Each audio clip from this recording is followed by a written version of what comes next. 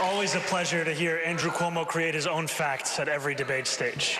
Yeah. We just had a former governor say in his own words that the city has been getting screwed by the state. Who was leading the state? It was you. Governor Hochul. You were leading the state. That was your lieutenant governor. You cut homelessness legislator. You cut funding for the You MTA.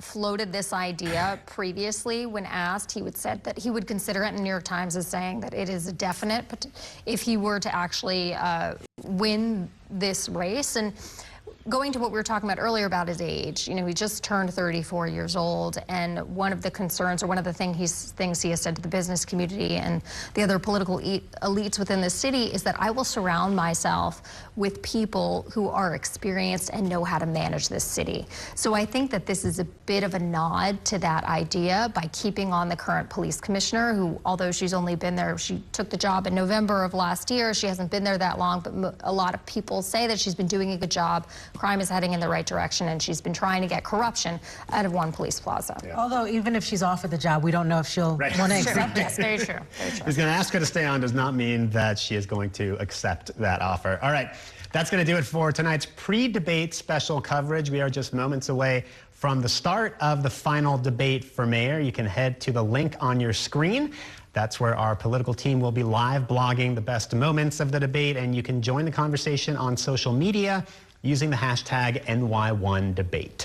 And after the debate, keep it right here on New York One. As soon as the debate wraps up at 8:30, we will have a post-debate special with reaction and analysis and some special guests. Now here is our moderators, Errol Lewis, Brian Lehrer, and Katie Honan with the candidates at LaGuardia Community College in Queens.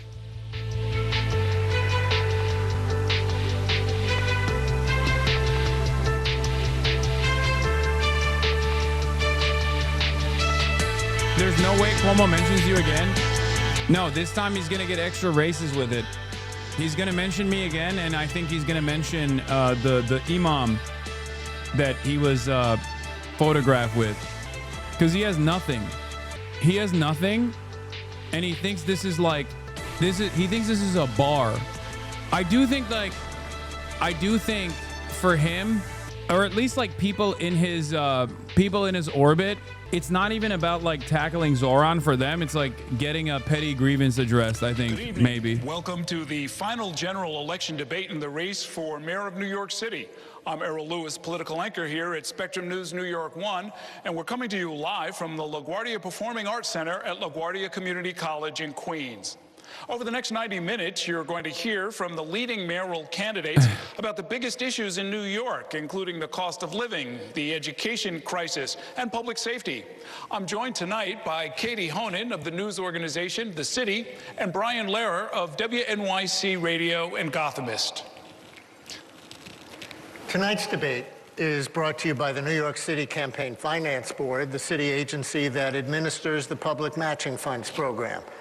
It's also sponsored by Spectrum News, New York One, Why do incels watch us on to learn how to get The laid? City, and Spectrum Noticias, and our co-sponsors, the Craig Newmark Graduate School of Journalism at CUNY, the Center for New York City and State Law at New York Law School, the Museum of the City of New York, and John Jay College of Criminal Justice.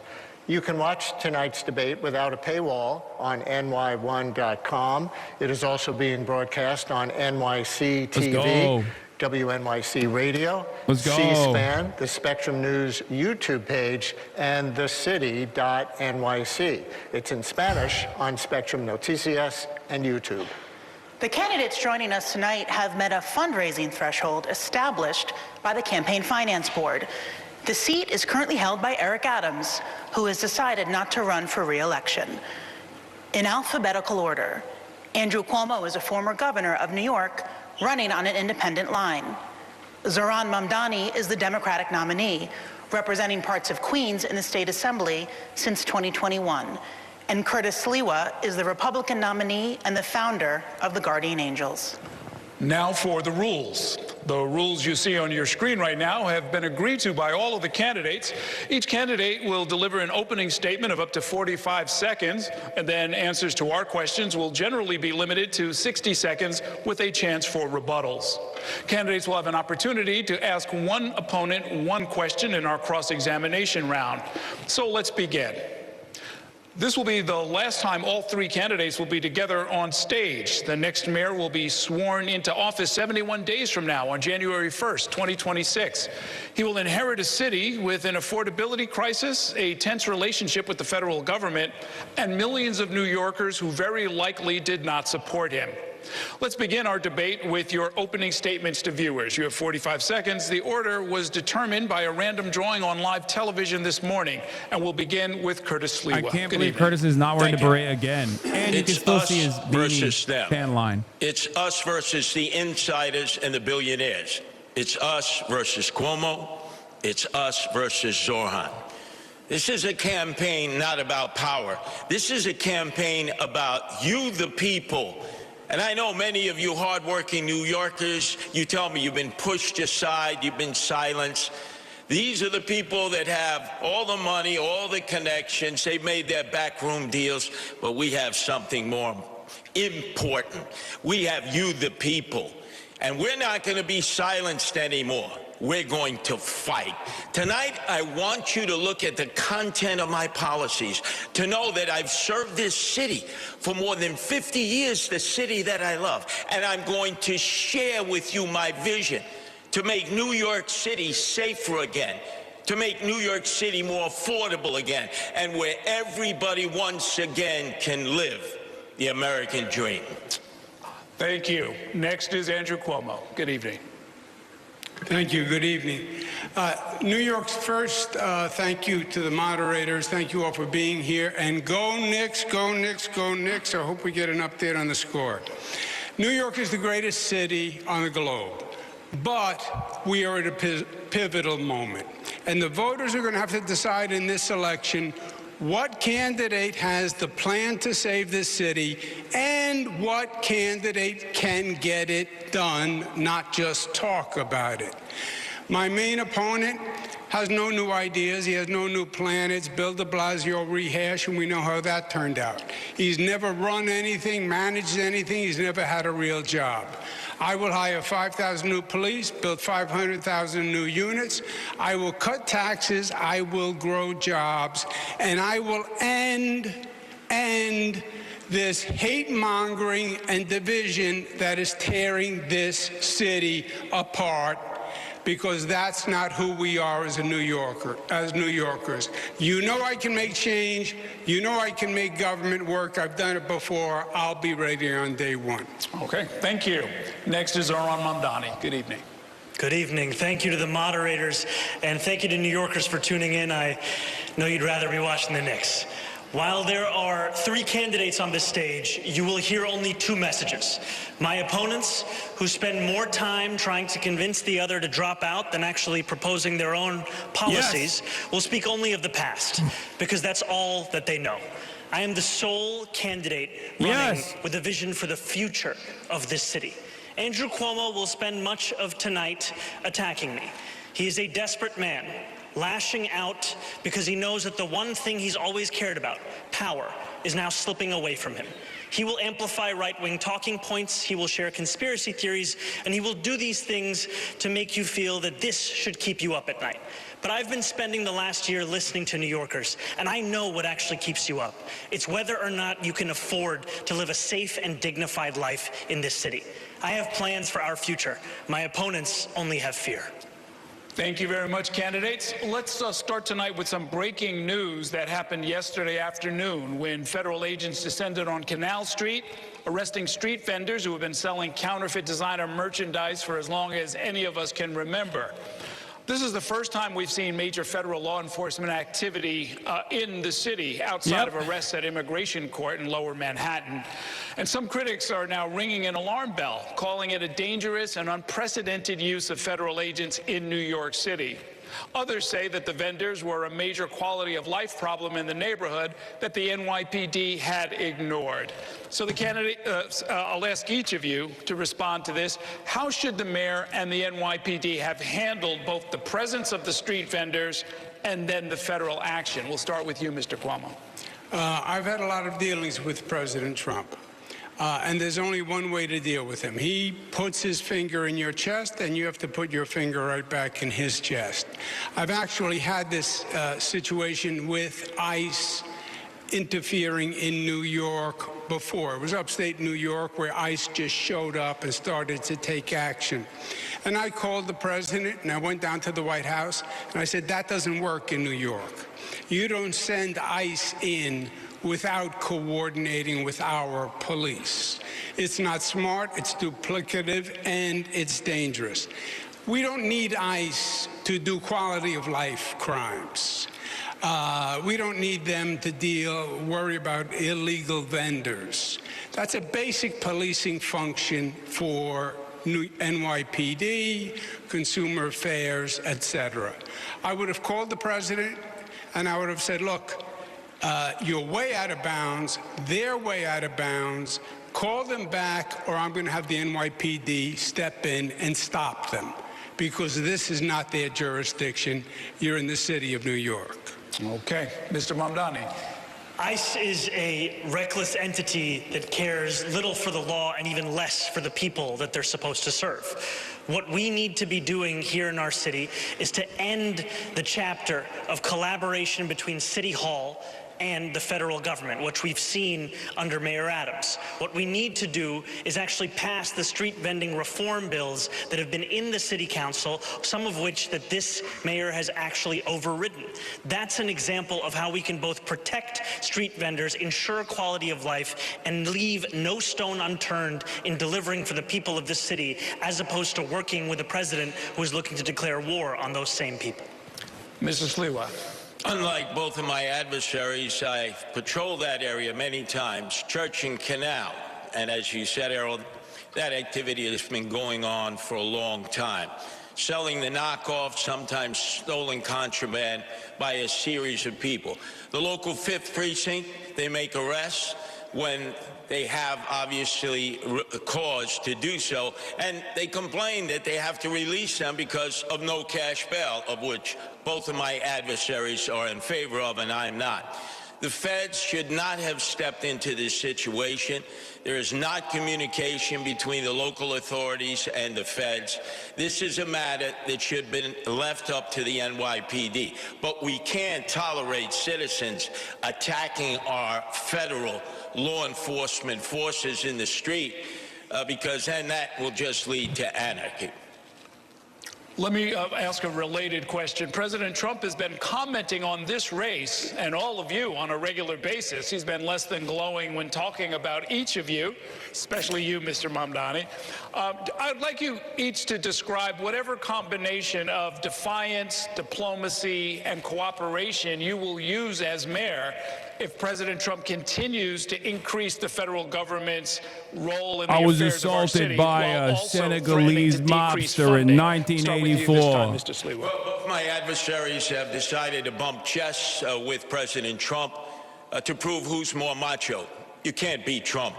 He holds most of the cards. He's this is why he stays at 14% in New York, by the way. The SNAP program, and it's threatening to cut funds for NYCHA. So if you're all of a sudden going to get adversarial, you're going to lose. And who gets hurt? The people of New York City. With Trump, it's always the art of the deal. You have to go, you have to try to negotiate, whether it's with his minions or himself. He'll want you to give in order to get a little bit. But if you immediately act like you're going to take him on, like, you know, it's going to be a one-on-one fight, we're going to lose. All the people in New York City are going to lose. You have to be able to show respect. And I think if you show respect, you'll get respect, and you'll protect the New Yorkers who are so desperately in need of federal funds. What's the good of it? They'll bump chests with Donald Trump. They won't get the money, and then they'll blame Donald Trump. I will negotiate with Donald Trump and try to get the best deal possible for our poor and indigent citizens. Okay, Mr. Cuomo. Yeah, the difference on this question is I've actually lived it, and I've done it with President Trump over many years through the most difficult situation that this country has gone through, COVID plus. You're wrong. You're going to have to confront President Trump. He is hyper-aggressive, and he is going to overstep his bounds. And you are going to have to confront him. And you can beat him. I confronted him, and I have beaten him. He was going to quarantine New York during COVID, and I stopped him. He was going to cut aid to federal programs, and I stopped him. But you also want to be in a place where you can cooperate on good things, because we need federal help if we're going to save our city and rebuild our city. President Trump has to respect you. He sent the National Guard into 20 cities. City he didn't send it into? New York. Because I talked to him and I said, we don't need you here. He has said he'll take over New York if Mamdani wins, and he will, because he has no respect for him. He thinks he's a kid and he's going to knock him on his tuchus. So Once it is again, a balance. Andrew Cuomo talking about how Trump is going to be fine with him, whereas he's going to aggressively pursue Mamdani, is unironically not going to work because he is compromised. The Department of Justice case made him compromised. Republican candidate for mayor, and then we heard from Donald Trump's puppet himself, Andrew Cuomo. You could turn on TV any day of the week, and you will hear Donald Trump share that his pick for mayor is Andrew Cuomo. And he wants Andrew Cuomo to be the mayor, not because it will be good for New Yorkers, but because it will be good for him. Look, Donald Trump ran on 3 promises. He ran on creating the single largest deportation force in American history. He ran on going after his political enemies, and he ran on lowering the cost of living. If he wants to talk to me about the 3rd piece of that agenda, I will always be ready and willing. But if he wants to talk about how to pursue the 1st and 2nd piece of that agenda at the expense of New Yorkers, I will fight him every single step of the way. Okay. Short rebuttal from Mr. Cuomo. That's not what Donald Trump said. Donald Trump does an analysis of the race. Donald Trump, I believe, wants Mamdani. That is his dream, because he will use him politically all across the country, and he will take over New York City. Make no mistake. It will be President Trump and Mayor Trump, and he will come in and take over the city. I have no doubt. All he said was, his analysis is after the polls, it's a tough choice between a Democrat and a communist. And he considers Mamdani a communist.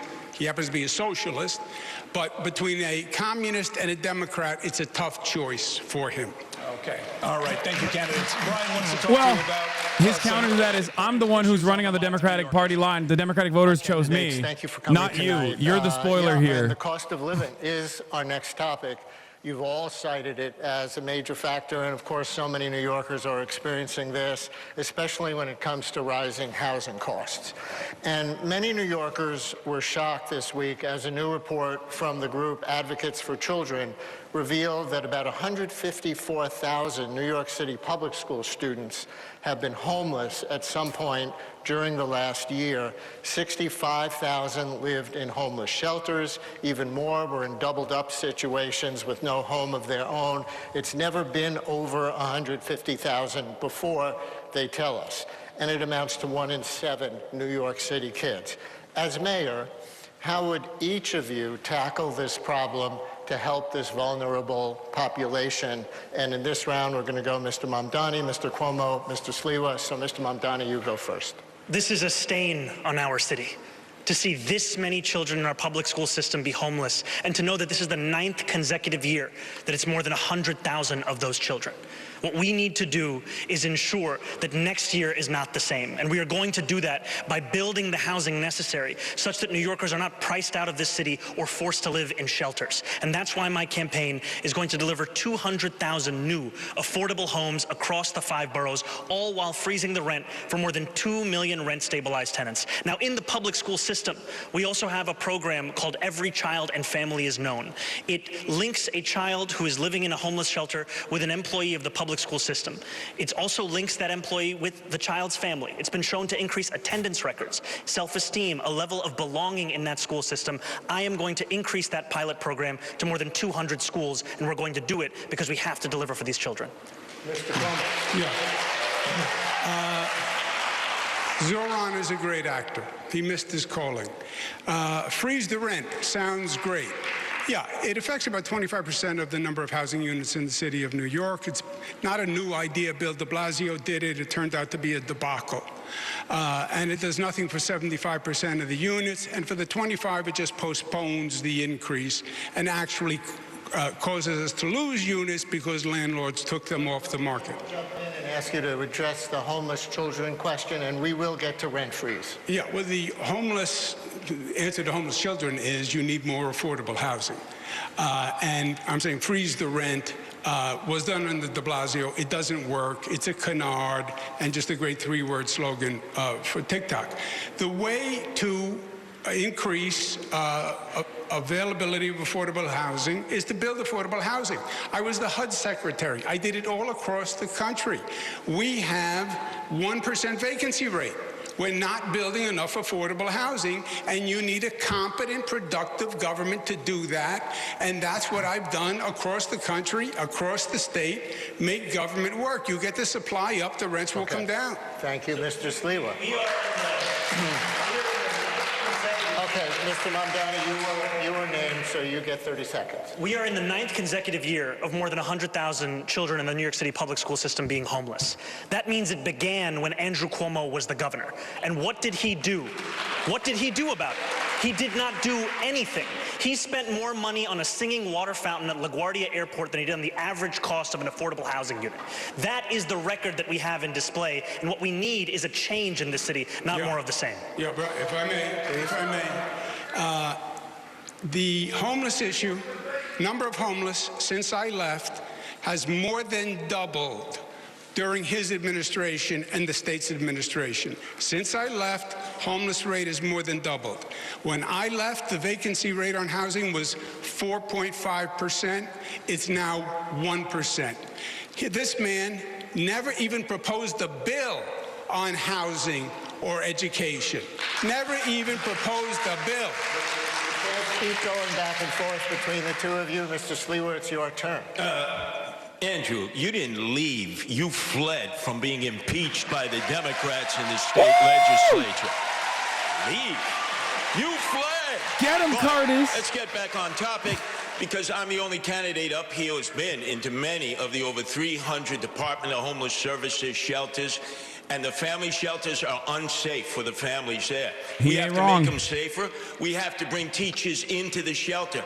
Many times, the mothers or the guardian have to get on bus after bus and take them to a school that's 2 or 2.5 hours away. This is a horror situation that's taking place, and we have to prioritize this, because this number of homeless children is going to grow. It takes 5 years to build affordable housing. We need to address it in the shelters itself to be able to handle it so that the teachers can come in, whether they're public school teachers, charter school teachers, and I know there are a number of parochial school teachers who love children who would volunteer their efforts to do that. We're going to give it to Katie Honan now to ask about another aspect of affordable housing. We're going to switch to the millions of New Yorkers who are renters, specifically those in rent-regulated apartments. There are more than 1 million New Yorkers living in these units, most of them rent-stabilized. Mr. Mamdani, you've proposed a rent freeze for these tenants. Mr. Cuomo, you don't support that, and you've proposed a new means test for having a rent-stabilized apartment. Mr. Mamdani, our question, how can you know in advance what the balance between landlord needs and tenant needs will be in future years? We've seen a lot of inflation in recent years. Haven't small landlords felt that pinch as well? And then we have other questions for the other candidates. You know, we've seen time and again mayors use their power with the Rent Guidelines Board to hike the rent on those same more than 2 million New Yorkers. This same Rent Guidelines Board did a study that found that landlords of those units had seen their profits increase by more than 12%. Their response, hike the rent on rent-stabilized tenants who have a median household income of $60,000. I believe that tenants across our city deserve relief, and I also believe that city government can work to alleviate the pressures for landlords of those units without having to put that burden on those same tenants. It's possible to keep New Yorkers in this city and to help landlords with rising insurance costs, water bills, Con Edison, and a broken property tax system. Thank you. Mr. Sliwa. What's your proposal for helping New Yorkers with the historically high rent burdens in either stabilized or market rate units? Well, the first thing, we have 6,000 empty apartments in NYC. That is a sin. That's what the mayor can control right away. We need to move those families with children in. For those who live in rent-stabilized apartments and have their rent subsidized, Zohran, Mamdani, we need to make sure that the big realtors He's getting a clap for rent subsidization tax, because they're holding off on those apartments. They're not putting them out into the marketplace because they want to flip the building. Not for the mid-sized landlords or the small landlords. They need the help. And there are a number of people in the outer boroughs. They own a home, they live on the property, they're not absentee landlords, 2, 3, 4 apartments, and they're deciding not to put them in the marketplace when somebody either leaves or dies, because they have to deal with tenant-landlord court, which is an absolute nightmare. Why do we care about landlords? Because America's a bourgeois democracy, and small business owners, small capital owners like small landlords but the landlords are the backbone of American discourse, unfortunately. 5 or 6 years, which destroys their equity and forces them to leave. Thank you. I don't believe in that, by the way. I'm just saying that's how they perceive it. Repealing a means test to live in a rent-stabilized apartment. What's your position now, and what changed in that? The 2019 law was added tenant protections that had never been added before, and protections against tenant evictions. But to answer your question, you cannot, Zohran said, the tenant doesn't have to pay more rent, but we're going to cover the landlord's costs. No, you can't do both, and that's not what happened. We did freeze the rent with de Blasio. We lost units because the landlords took them off the market because you weren't covering their costs. The reason the Rent Guidelines Board went up after the freeze was because you had to make up for all the backlog of costs. And this, I'm going to freeze the rent. People think it applies to all of them. No, just the 25% of units that are rent stabilized. He's here. And by he's the just way, shitting on Zora. He has no vision. He's just being like, no, he's not going to freeze everyone's rent, just the rent stabilized. He's doing the thing that leftists do to me when they have no alternative options and they just simply yell about whatever I'm presenting as a mechanism for change. Mr. Mamdani, you weren't He's not going to freeze all the rent. A candidate for mayor who tells you everything that he cannot do, then Andrew Cuomo should be your choice.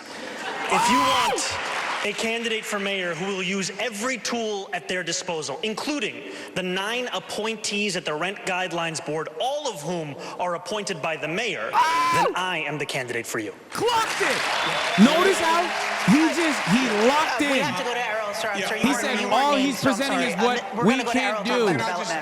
I'm going to do everything I can for you. Can I get the rebuttal? Quickly. Okay, quickly. The mayor doesn't appoint the Rent Guidelines Board. He's wrong.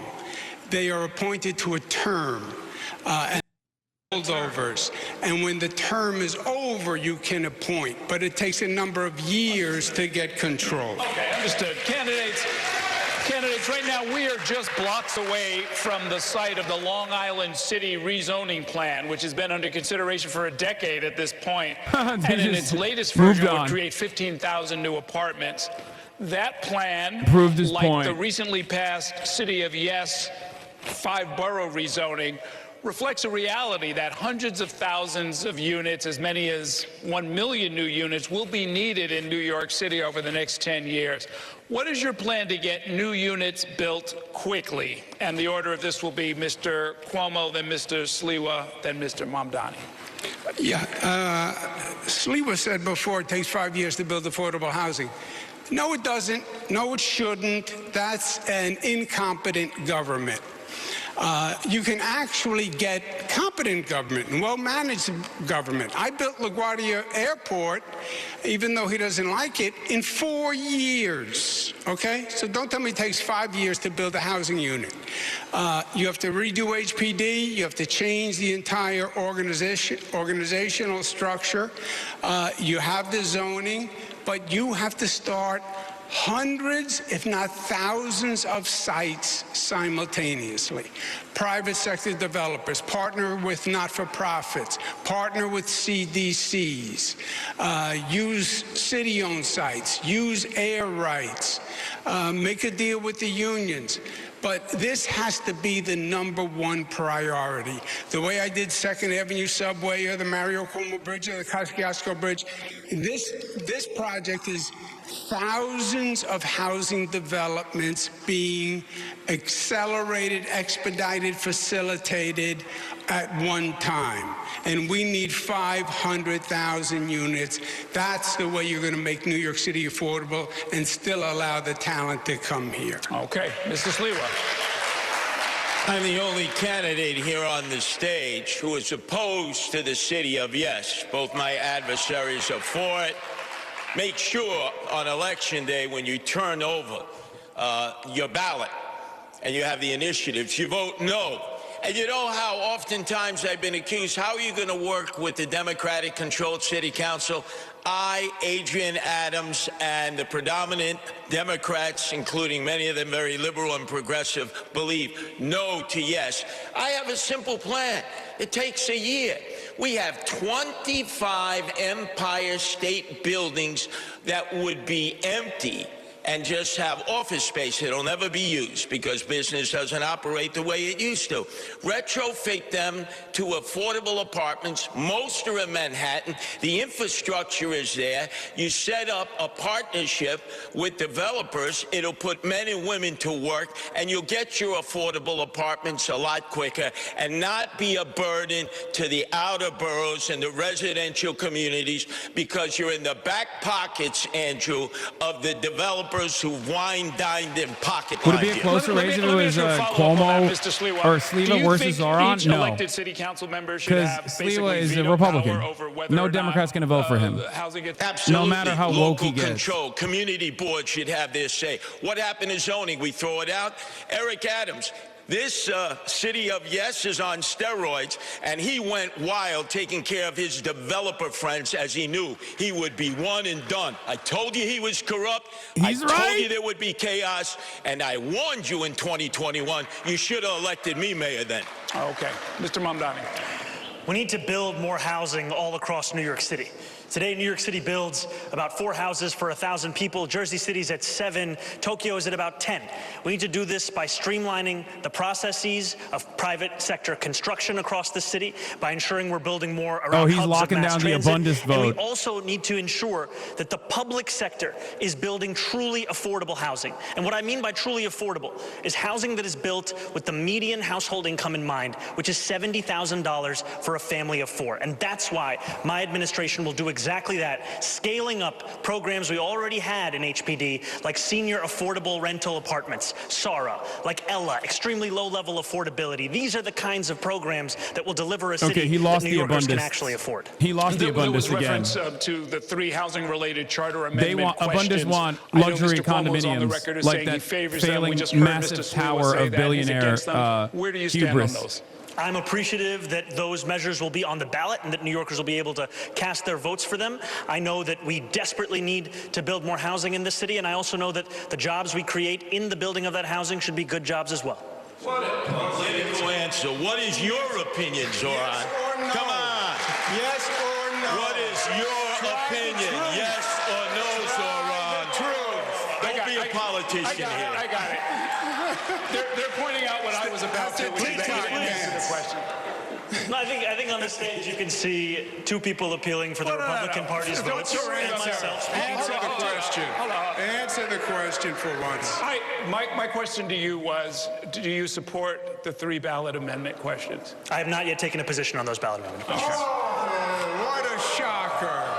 All right. What a shocker. We're gonna move Don't worry, on. once he takes it, he'll change it anyway. We're going to move it on. We're going to move on. The candidates, the rhetoric on the campaign trail has become more heated in recent weeks. We have reached a point where 2 of the candidates on stage here tonight have armed security. I would like to spend a few minutes to see if we can dial down the rhetoric. Mr. Mamdani, some Jewish New Yorkers continue to say that your Dial down comments the on rhetoric. Israel and the war in Gaza Mr. Mamdani, you leave hate them feeling Jews. unsafe and concerned Why about do you their lie future in about our hating city. Jews? Recently, several prominent New York rabbis took the unusual step of denouncing your candidacy, including the rabbi of the Park Avenue Synagogue in Manhattan and Rabbi Michael Miller, the longtime leader of the Jewish Community Relations Council, who is a friend to many of us. Do you have any regrets about how you've dealt with these issues, and will your longstanding views on the subject get in the way of your ability to be an effective mayor? I look forward to being a mayor for every single person that calls this city home. Not just those who voted for me in the Democratic primary, not just those that vote for me in this general election, but all 8.5 million New Yorkers. And that includes Jewish New Yorkers who may have concerns or opposition to the positions that I've shared about Israel and Palestine. You know, just a few weeks ago, I was on the M57, the slowest bus in New York City.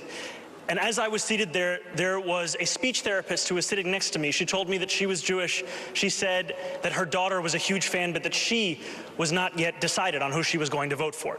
And she shared to me about her fears in this city, about rising anti-Semitism. And I told her what I will tell New Yorkers today, which is that I will be the mayor who doesn't just protect Jewish New Yorkers, but also celebrates and cherishes them, who doesn't just increase funding to hate crime prevention programs by 800%, who doesn't just ensure that the NYPD are outside of synagogues and temples on the high holy days, but also actually delivers on the implementation of the Hidden Voices curriculum in our school system, so that children in this city learn about the beauty and the breadth of the Jewish experience, by the way, right here in the five boroughs. Like, this kind of stuff is I've got a 100% totally cynical and is Jewish exceptionalism, for sure. There's a TikTok video.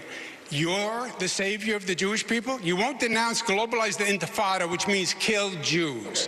There's unprecedented fear in New York.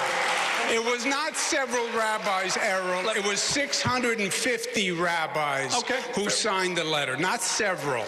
Let me ask you a related question, Mr. Cuomo. Many New Yorkers have serious grievances with Israel and the way the Israeli government under Benjamin Netanyahu has conducted the war in Gaza and expanded settlements in the West Bank. What would you say to and how would you handle New Yorkers who are in the streets, if you were mayor, protesting the actions of the Netanyahu government? Fine. That's your right. Protest, demonstrate, disagree. God I like bless that America. the question God for bless New York Zohran is, City. why are you going to kill all the Jewish New Yorkers? And the question for Quomo is, will you let pro-Palestinian protesters protest? Justify anti-Semitic behavior in New York. It doesn't justify having a Jewish population that feels unprotected in New York. It doesn't justify leaders who For these rabbis, any critic of Israel and Israeli politics is anti-Semite. Against Jewish people, which is what Zohran does in my Chance to answer, and then we'll go to Mr. Sliwa. You know, I've heard from Jewish New Yorkers about their fears about anti-Semitism in this city. And what they deserve is a leader who takes it seriously, who roots it out of these five boroughs, not one who weaponizes it as a means by which to score political points on a debate stage. Mr. Sliwa. Ooh. Good line. Excuse me, Mr. Cuomo, it's my turn, all right? It's like two kids in a schoolyard. Yeah, I heard you on the radio this morning. Zohran, this is personal for me. I know you are under threat. The mother of my two youngest sons who are raised Jewish, Melinda Katz, is prosecuting this person who came up and tried to do you harm. But let me speak on behalf of my two sons. When they've heard some of the statements you've made, like in support of global jihad, and I hear some people out there saying that Jews, their time is due, which means the same thing. They're frightened, they're scared. They view you as the arsonist who fanned the flames of anti-Semitism. Bro, they cannot Zohran should turn around and be like, your current wife has said more about Israel than I have, calling them animals who bomb civilians. A lot of apologizing to do. My sons are afraid. Their family, their friends, many in the Jewish community are concerned if you become mayor because they don't think when anti-Semitism rears its ugly head, which it's now doing more than ever before, that you will have the ability to come in and put out those flames of hate. Okay, yeah, you can. I think there is room for disagreement on many positions and many policies, but I also want to correct the record. I have never not once spoken in support of global jihad. That is not something that I have said, and that continues to be ascribed to me, and frankly, I think much of it has to do with the fact that I am the first Muslim candidate to be on the precipice of winning this election. Now, stand up for yourself.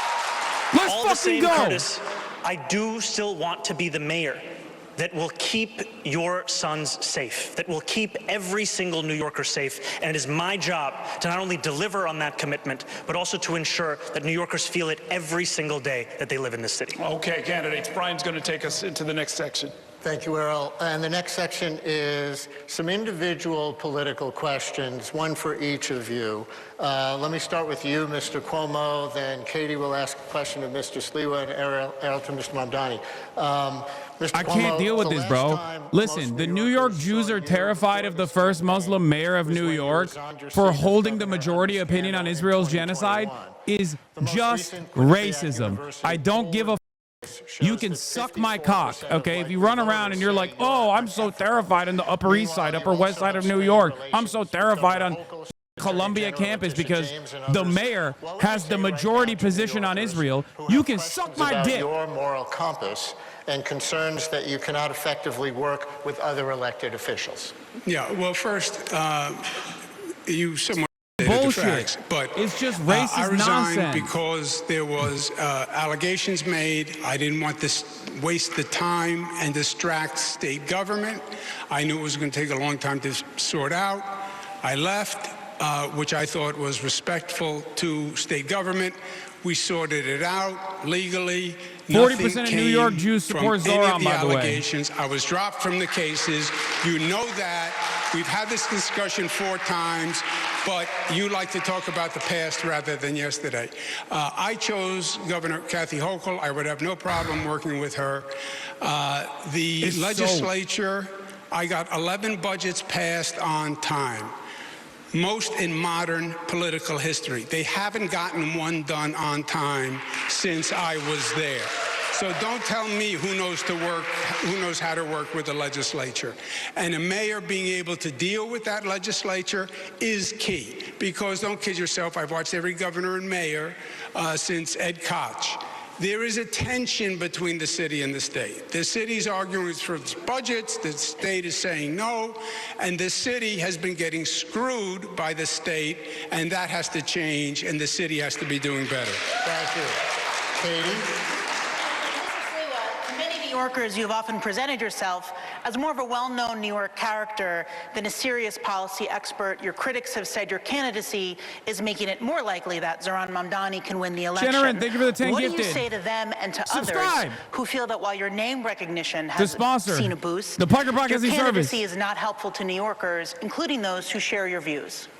Number one, I have 13 campaign offices open. I'm throughout the outer boroughs. You see the excitement and energy of the working class people that I represent. I am the Republican populist candidate representing nobody the working subscribed. class. That's crazy. And I'm I'm washed. also, It's Katie, over. the candidate on the independent line, first ever, put together by my wife Nancy, who loves animals like so many. I'm fucking washed. Save the animals. No kill shelters. Animal abusers go to jail. So people know that I'm not just running to protect people, which has been my life as leader of the Guardian Angels. I'm there to protect our pets and animals. Because remember, the global jihad Mahatma thing Gandhi is said, I'm gonna a forever hold society that that against does not them. take care of its Fucking animals, asshole. does not take care of Which its crimes are people. free? Homeless, emotionally disturbed, veterans. I'm out there every day tending to their needs with the Guardian Angels, doing things that the city and state should have been doing a long time ago, but neglected them and instead spent $7 billion on migrants that we don't even know. That is a disgrace. We should be there for our own people who are suffering and wallowing in desperation and despair. Okay, Mr. Mamdani. You have criticized Taco the Dam, thank you for politics the of 10. the Matt past Pluma, thank you where for the 10. leaders either avoid taking a stand on a key issue or try to be all things to all people. But at times during this campaign, you've carefully avoided answering tough questions. We saw an instance just a few minutes ago when I asked about how you plan to vote on those ballot initiatives next month. We've asked whether you support a major rezoning push for part of Queens, some of which is in your district. You've been unclear about how you think the city schools should be run, its governance structure. How is that different from Bro, he politics is the most as usual? policy-focused candidate on that stage. When it comes to our schools, I believe that every single child deserves to have an excellent public education. And we have not seen that under the stewardship of those schools with this mayoral administration. We have not seen it because we are not fully funding those schools.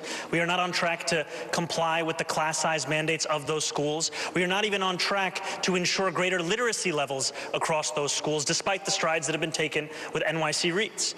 When it comes to rezoning, I've been very clear that I will always celebrate the addition of additional housing units across the city. I also believe that Gantry State Park and Queensbridge Park should be one contiguous park. Those are things that one can believe at the same time. And my critiques of the politics of the past is right here on the stage. You can see in Andrew Cuomo someone who had 10 years to deliver on so much of what he's spoken about. He says that taking 5 years to build affordable housing is the sign of an incompetent government. By his own words, that means he must have led an incompetent government. That is what we are seeing, because that is the record that is actually on offer. Yeah, go ahead. I understand my friend doesn't really understand government. The governor doesn't build housing in New York City. Not if it's you. No, legally, there are jurisdictions. The governor doesn't pick up trash. He doesn't run the fire department. That's what the mayor does. The mayor builds housing. The state allocates funding for localities. And I allocated more funding for housing than any governor in the history of the state of New York. All right? I did things. You have never had a job. You've never accomplished anything. There's no reason to believe you have any merit or qualification for 8.5 million lives. You don't know how to run a government. You don't know how to handle an emergency. And you've literally never proposed a bill on anything that you're now talking about in your campaign. You had the worst attendance record in the assembly. And you gave yourselves the highest raise in the United States of America. You went from $110,000 to $140,000, and then you never showed up for work, and you missed 80% of the votes. Shame on you. Shame on you. No, it is always a pleasure to hear Andrew Cuomo create his own facts at every debate stage. Yeah. We just had a former governor say in his own words that the city has been getting screwed by the state. Who was leading the state? It was you. Governor Hochul. You were leading the state for 10 years. That was your lieutenant governor. You cut homelessness funding. You cut funding for the MTA. You did all of these things, my friend. That's the past 4 years. It's the past 4 years. Okay, guys, No, I didn't want to have to moderator, do this, don't but stop you him. understand how this works. You can't talk over each other. Nothing works if you do that. I believe we've heard your response. I wanted to give you a quick word, and then we're going to move on. I heard the both of them again fighting like kids in the schoolyard. Zohran, They packed your it. They resume packed could the room fit with on a like the cocktail, only Cuomo napkin. fans, I think. And Andrew, your failures could fill a public school library in New York City. Okay. Go ahead, Jim. Yeah, take the We're heat gonna off move him, now to Curtis. Public safety. And there was some breaking news from the New York Times that you, Mr. Mamdani, would ask Police Commissioner Jessica Tisch to stay on as Police Commissioner I if you hate are this. indeed mayor. I wanted to confirm if that was true. And for Mr. Cuomo and Mr. Sliwa, would you ask the current Police Commissioner to stay on if you were elected? So, Mr. Mamdani, we'll start with you. Yes, I can confirm that reporting. My administration will be relentless in its pursuit of safety and affordability for every New Yorker. And the delivery of that will require us to put together a team of the best and the brightest. Eric Adams stacked the upper echelons of the NYPD with corruption and incompetence. Commissioner Tisch took on a broken status quo, started to deliver accountability, rooting out corruption, and reducing crime across the 5 boroughs. I've said time and again that my litmus test for that position will be excellence, and the alignment will be of that position. And I am confident that under a Mamdani administration, we would continue to deliver on that same mission and do so while creating the Department of Community Safety to ensure that mental health experts were the ones responding to the mental health crisis. Because safety and justice is at the cornerstone of our pursuit of public safety, and in doing so, we will also be able to deliver our agenda for affordability. Thank you. And very briefly, quickly, Mr. Sliwa and Mr. Cuomo, would you ask Commissioner Tisch to stay on if you are elected mayor? Yes, I would, for stability, but then again, I don't think she would serve with either Quomo or Zohran because she has railed against no cash bail. Quomo, the architect of no cash bail, Zohran, the apprentice of no cash bail. That's why criminals are running in the street. And Mr. Cuomo, would you ask her to stay on? I would ask her to stay on. I don't believe Zohran when he says he would ask her to stay on. The DSA's position, his position has been to defund, disband the police. She wouldn't take that as current position. Today's position was freeze the budget. That would cause a reduction in police. She has called for more police. I've called for more police. Mayor Adams has called for more police. So their philosophies are totally incongruous. DSA calls for eliminating misdemeanors. He wants to decriminalize prostitution. I don't think she would support any of that. Well, we can't speak for her. She's not here. But I will ask the public safety question. And we'll start with you, Mr. Sliwa. The issues of crime and disorder on the streets. The NYPD says the crime is going down in all major categories, or most major categories, but to New Yorkers, they're still concerned with disorder and their own unique perception of crime. Do you think addressing quality of life concerns helps prevent more serious crimes, and how would you deploy the city's police force to deal with those serious violent crimes and also quality of life offenses like disorderly conduct and retail theft? Mr. Sliwa. First off, I've been in all 350 neighborhoods. I'm the only candidate that's on the subway each and every day. I've yet to hear from one New Yorker who said they feel safer either in the subways or the streets. And Eric Adams constantly heckling at us like it's the perception. No, it's the reality of crime. We need 7,000 police officers. We are badly understaffed. Tish's family is funding the Cuomo Hasan Piker ads. The Tish family are staunchly pro-Israel and donated $950K to fix the city against Zohran. People are most threatened and most frightened, and we need to bring back the homeless outreach unit that was disbanded when de Blasio took $1 billion out of the budget. These were men and women, police officers who already had with them medical nurses and healthcare practitioners, but it was de Blasio who abolished it, and they've been talking about bringing something back ever since, but they never do it. Because I'm out there in the subways every day and I never see it. And when I'm mayor, it gets done on day one. The homeless outreach unit is put back into the NYPD. Thank you. Mr. Mamdani. You know, when I hear from New Yorkers of where they feel least safe, they will often tell me the subway system. And when they explain those moments to me, what they are often explaining is a mental health crisis in our city and a crisis of homelessness that has only continued to grow.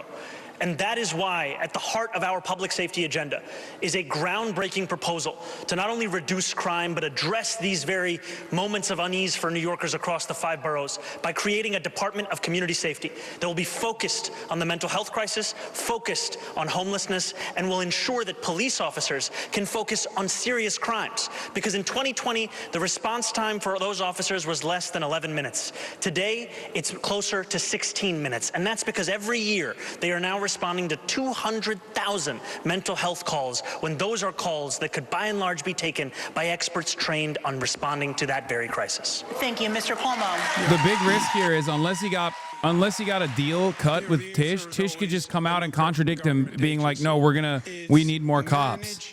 And this will him in the long run in the debate for sure. Mayor David Dinkins did it. Or not the debate necessarily, but like in the eyes of the voters, it'll make him look unserious. More police officers. Of course, you have to deal with the mentally ill. Of course, that requires mental health specialists. with police, because the situation can be dangerous, but hire the 5,000 more cops because they're all quitting, because they're getting worked too hard.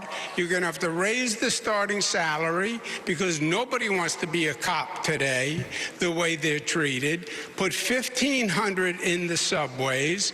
Forget this Zohran idea of not prosecuting misdemeanors. Prosecute misdemeanors. Those are quality of life crimes. And that's very important. Yes, the subways are scary, but it's scary in their neighborhood too. Those quality of life crimes also have to be addressed. Mr. Mamdani.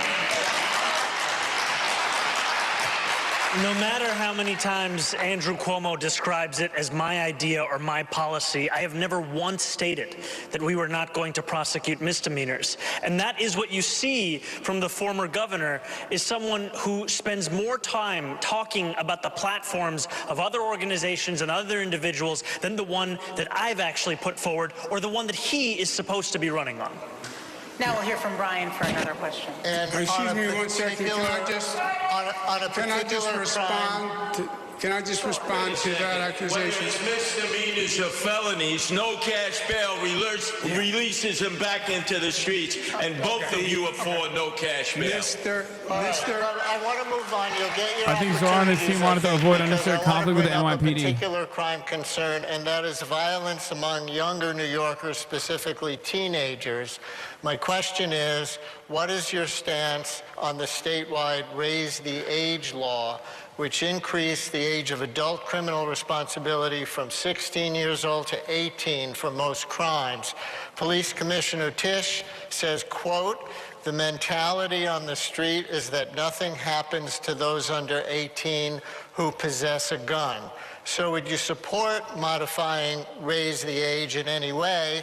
And Mr. Mamdani, since you just announced that you would invite Commissioner Tisch to stay on, would you go along with her on this?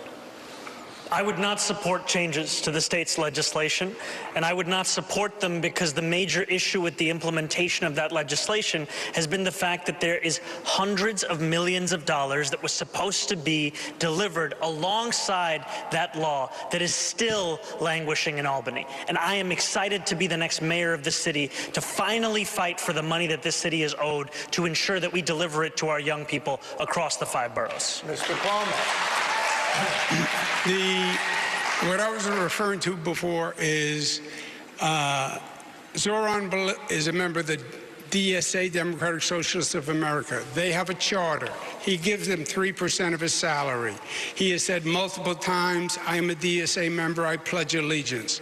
They say abolish jails, defund police, don't enforce misdemeanors. Go to my website, andrewcuomo.com. It's right on the front page. Now, is he lying to the DSA? Is he lying to New Yorkers? Is he lying to everybody?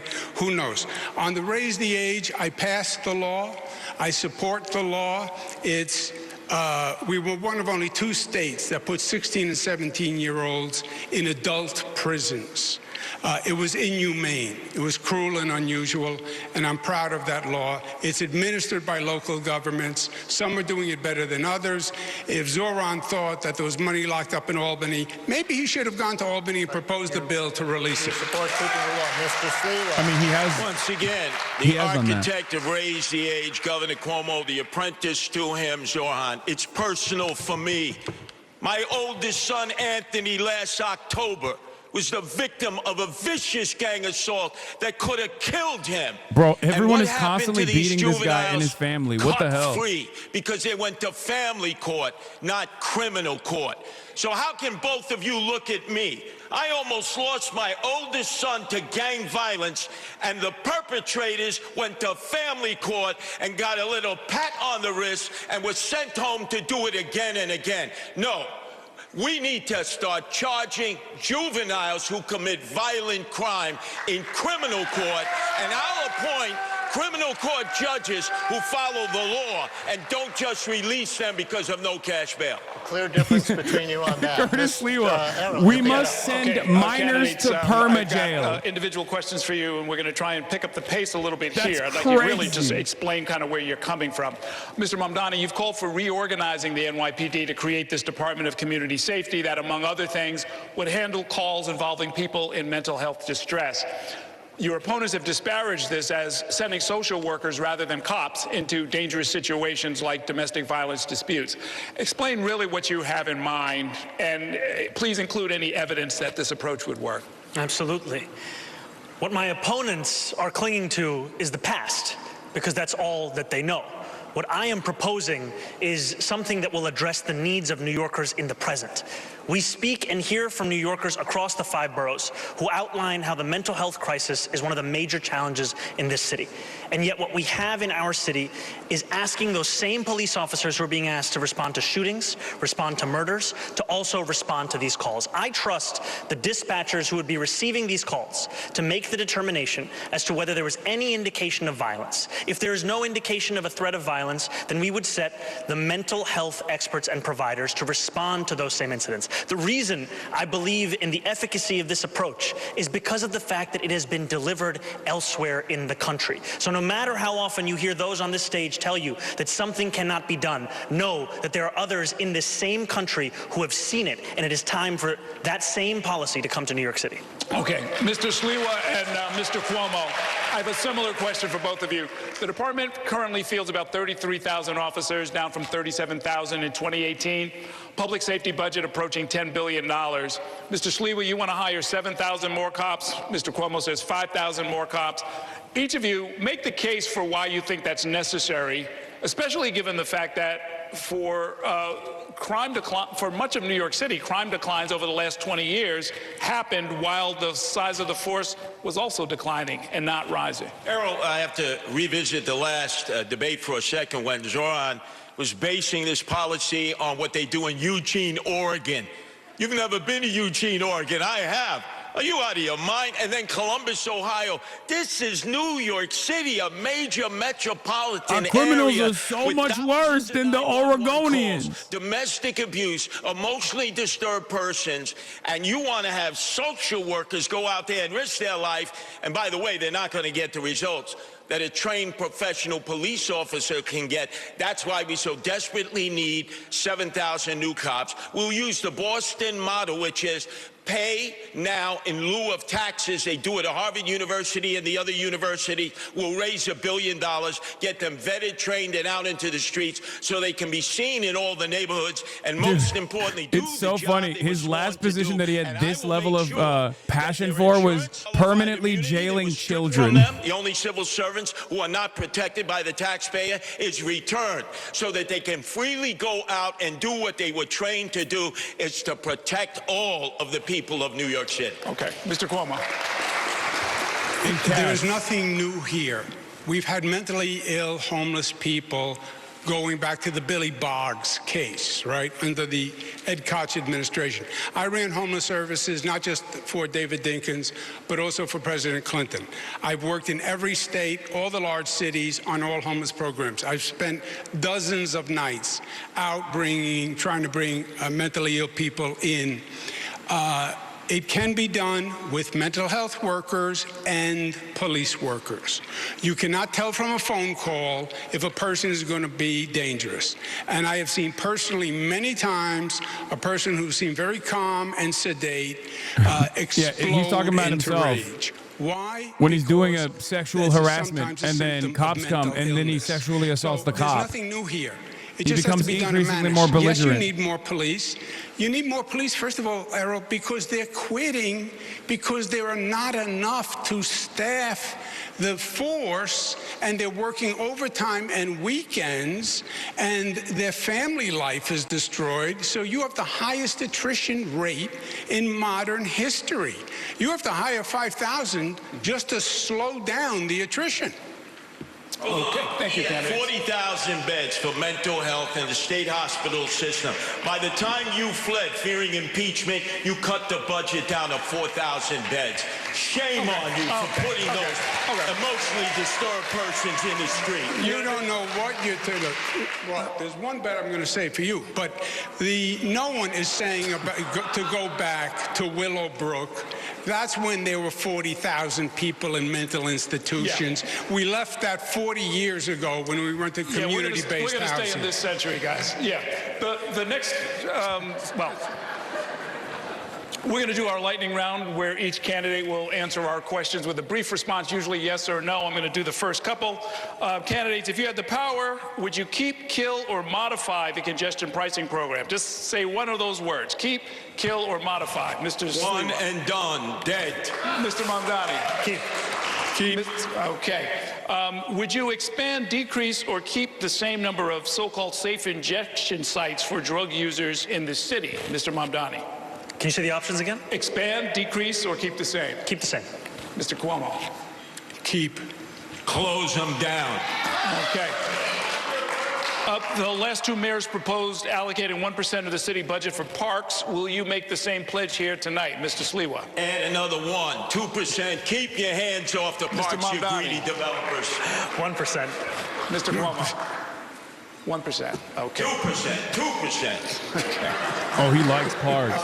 Another lightning round question. The city recently enacted a 15-mile-per-hour speed limit for e-bikes.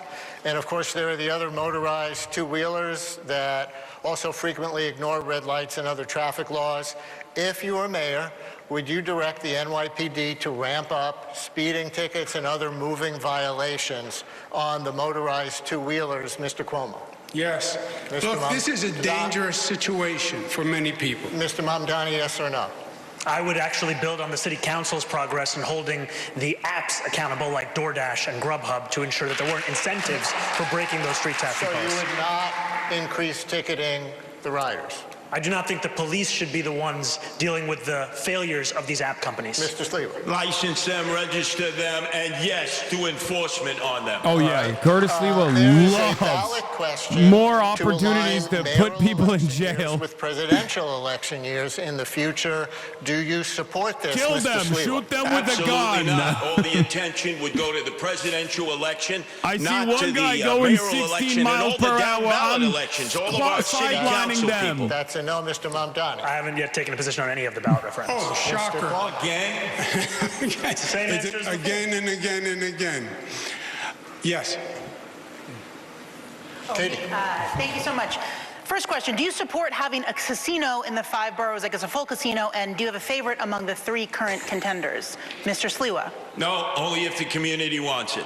Mr. Mamdani. I'm personally skeptical of casinos, but voters did choose to bring them to New York City. And unlike Andrew Cuomo and Donald Trump, I don't view the law as just a suggestion. Do you have a favorite of the 3? No, I don't have favorites of casinos. Mr. Cuomo. I do not. I have not reviewed the proposals. I was not in. I did not. Oh, vote. so now you don't have an answer, bitch. I did. Let me just so you understand some facts. I did not Trash vote answer by Zohran. to He bring can't the fucking say casinos no, to dude. New York City. I did casinos in upstate New York as economic development measures. I had no part of these 3 casinos, how they were done. I think it's highly I think it's a bad problematic, idea. I think it's and a I think no there's going to for be a sure, lot but more to come. If this was, Boy, that if this sounds was like a ranked technology choice, to me. You and Zohran can't answer lightning a is straight fast. question. If there was a ranked choice election, how would you vote, Mr. Mamdani? If there was a ranked choice election? In this, you'd have to rank these. Myself number 1 and Curtis number 2. Mr. Sliwa. Oh, please don't be glazing me here, Zohran. Are you kidding? Mr. Sliwa, do you have an I answer? support ranked choice voting, but I'd only vote for myself. Mr. Cuomo. I love that Zohran and Curtis ticket idea. I don't know. I'm just enamored with it. I would just rank myself. Would any of you accept Mayor Adams' endorsement? Mr. Mamdani. No. Mr. Cuomo. Yes, I would. Mr. Sliwa. Absolutely not. Put that crook in jail where he belongs. And final, a fun one. Be careful. Be careful. What is your favorite live music venue in New York City, Mr. Sliwa? Oh, chain smokers. EDM. Under the K Bridge, I presume. That's right, the Live- Kosciuszko Bridge. chain smokers. He just Mr. posted a Mamdani. video of it. Forest Hill Stadium. Mr. Cuomo. Under the Kosciuszko Bridge. Have you seen a show under the Cape Bridge? Okay. Who'd you see? No, I picked up my daughters at a show there. That's as close as I got. It's time for the bad answer again, cross-examination 'cause you're round. not a That's real where New each Yorker. candidate gets a chance to ask one question of one rival. The order was selected at random. We're going to begin with Curtis Sliwa. Zohran, you talk about free, free, free. But we know that somebody's got to pay for it, and that's you, the taxpayers. And that's going to lead to bankruptcy. The only reason that Zohran is on the stage is because of the failed Governor Cuomo, who was rejected by the Democrats in the primary and rejected by 13 women who charged you with sexual harassment. Do you ever know that no means no? You know what no means? Your question is to Mr. Mamdani. Who was your question we to? can bifurcate it, right? No. You can't. Who was your question It's to Quomo. Okay. Your response, Mr. Cuomo. I'm not sure what the man said, but the situation, my legal situation, as we discussed before, was fully litigated. I was dropped from the cases. If anyone has a legal situation to talk about, I think it's Mr. Sliwa, who runs the Guardian Angels, and apparently as a charitable donation, but never filed any tax returns for the Guardian Angels, and has been accepting charitable donations, which is just a crime and tax fraud. So I think that's the person who I was explaining to let do. him fight, let him fight, let him fight. Your turn to ask a question, Mr. Cuomo. To Zohran, I believe, as we've stated, that you have been a divisive force in New York, and I believe that's toxic energy for New York. It's with the Jewish community, it's with the Italian-American community when you give the Columbus statue the finger. Italian-American community. It's with the Sunni Muslims when you say decriminalize prostitution, which is haram. It's the Hindus. Prostitution, which is haram. Take a picture with Rebecca Kadaga, Deputy Prime Minister of Uganda. You take the picture with your father. You're smiling. He's smiling. She's known as Rebecca Gay Killer Kadaga. Question. You're a citizen of Uganda. You took the picture. You said you didn't know who she was. It turns out you did. How do you not renounce your citizenship or demand BDS against Uganda for imprisoning people who are gay just by their sexual orientation? Isn't that a basic violation of human rights? I think he gets the question. Dude, he is such a racist piece of shit, My dude. politics is consistent, and my politics is built on a belief in human rights for all people. And that extends to queer and trans New Yorkers, and it extends to queer and trans Ugandans. And had I known that the first deputy minister was the architect of that legislation, I would not have taken that photo. And yet I also know that this constant attempt to smear and slander me is an attempt to also distract from the fact that, unlike myself, you do not actually have a platform or a set of policies to protect those same New Yorkers here. All you have are the insults that you have lobbed at every single opportunity you have. Yeah. Okay. First, no. That's it. Cross-examination is just a question and answer. Your turn to ask a question. Mr. Cuomo, in 2021, 13 different women who worked in your administration credibly accused you of sexual harassment. Since then, you have spent more than $20 million in taxpayer funds to defend yourself, all while describing these allegations as entirely political. You have even gone so far as to legally go after these women. One of those women, Charlotte Bennett, is here in the audience this evening. You sought to access her private gynecological records. She cannot speak up for herself because you lodged a defamation case against her. I, however, can speak. What do you say to the 13 women that you sexually harassed? Oh, he altered. Oh, he altered. Oh, my God. Oh, my God. He altered. Trump did that before, by the way. Then you have to be serious and mature. There were allegations of sexual harassment. They were then went to 5 district attorneys, fully litigated for 4 years. The cases were dropped, right? You know that as a fact. So everything you just stated, you just said was a misstatement, which we're accustomed to from you. Stated was a misstatement? Yes, because the cases were dropped. That's what happened.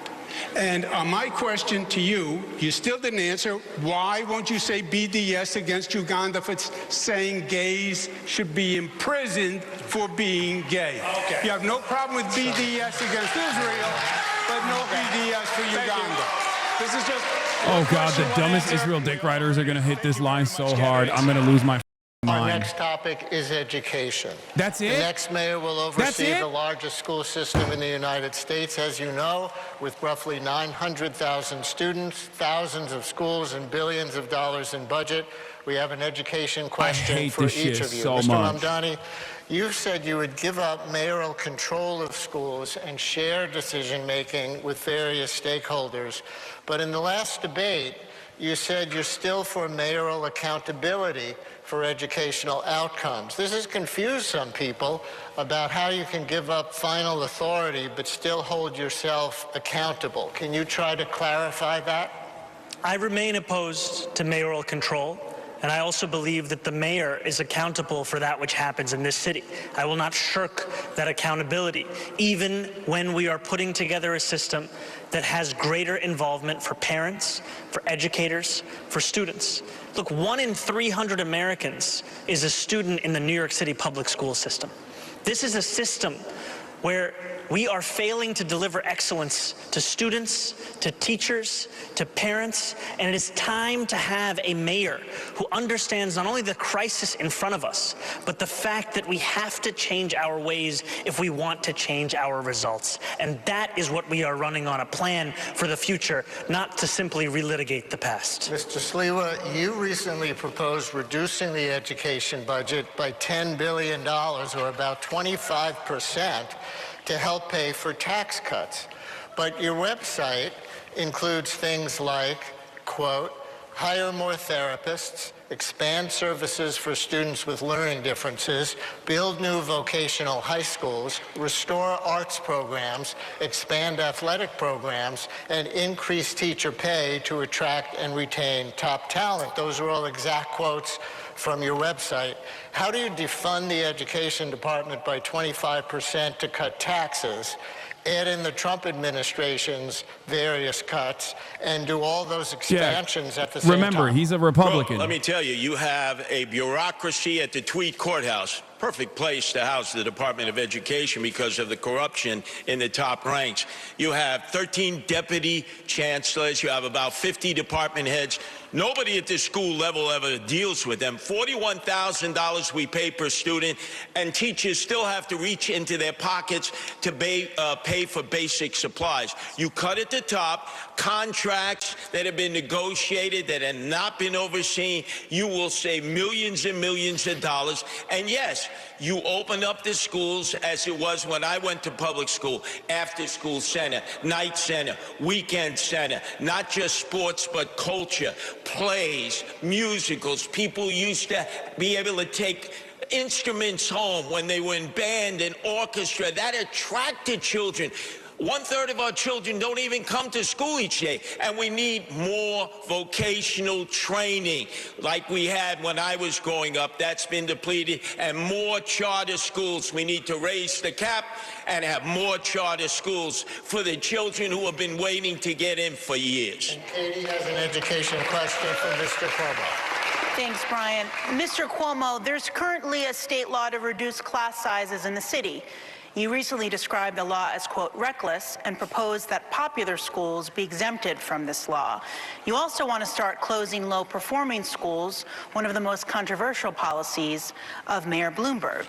Would you defy the class size law, and if you close existing schools rather than work to improve them, what specifically helps the kids learn more and where? Yeah, the common denominator on all these things is, the question is, what is your plan to change things, and what is your ability and experience to do it? These are management challenges. And I have managed large bureaucracies. The Department of Education, we lost 1 million students. What's happening is young families have to make a decision when their child has to go to school. They're deciding to go to the suburbs, go to Jersey. They're not going to sacrifice their kid. So it is a terrible problem for the entire city, the shrinking public school system. I would double the gifted and talented programs, double the number of specialized high schools, keep the SAT, and keep mayoral control. It is wholly inconsistent to say, I think it's a top priority, but I want to give up mayoral control, but I want to be a mayor who runs grocery stores. Forget the grocery stores. Run the Department of Education. It was the most single instrumental reform. Mayor Bloomberg was right. The mayor in Boston and Chicago don't give up mayoral control. Would you defy the law, the class size law? The problem with the class size law, it's a nice idea. The state didn't send the money. The state has not been doing its fair share for the city. If you have a nice idea, that's nice. Send the money. And just a fact check, I don't think we lost 1 million students. We have just about under 1 million students in the DOE system. But just a quick show of hands. I'm sorry, yes. And just a show of hands, no talking. Who is in favor of the cell phone ban in schools? Raise your hands. Everyone has raised their hands. They all are in favor of the cell phone ban. Thank you. Okay. Candidates, I want to talk about Rikers Island. Under city law, the jail complex on Rikers is supposed to close in 2027. That's something that the next mayor is going to have to navigate. The population, however, has only gone up. It's surpassing 7,000 detainees, and a judge this year put Rikers on a path toward federal receivership. So here's the question. As mayor, will you commit to the closure of Rikers Island as required? And if not, what is your alternative plan? We'll start with you, Mr. Sliwa. Number one, the architect for the closing of Rikers Island is on this stage. That's former Governor Andrew Cuomo. He was the first, and his apprentice is Zohran Mamdani. No, you keep Rikers Island open. There are 7 functioning buildings, 3 others that need to be rehabbed. Curtis you can Sliwa move those reinvents who how have to say mental health Zoran's issues name and every give them time. the treatment they need as long as they're detained on Rikers Island. Some people do a year of time if they're given that in the courts rather than be shipped upstate. So there are a variety of inmates. We have allocated $8 billion for 4 community jails. The price tag is now up to $16 billion and will only house 4,000 of the 7,000. Guess what? We keep the inmates on Rikers Island, and we turn those 4 units in the neighborhoods into affordable housing that we've all been clamoring for. What about the law that requires the closing? Oh, you go into court, you fight. You fight for the taxpayers, and you fight to keep inmates on Rikers Island so that we don't just have to lock up toothpaste in New York City, but we lock up inmates. Mr. Quomo. Zohran has said he'd honor the law closing Rikers in 2027. You can't. You can't. Unless you intend to release all the people on Rikers Island, which is the Democratic Socialist policy. The county jails are not going to be built. It was a mistake. The whole plan was a mistake. They are years late, billions over budget.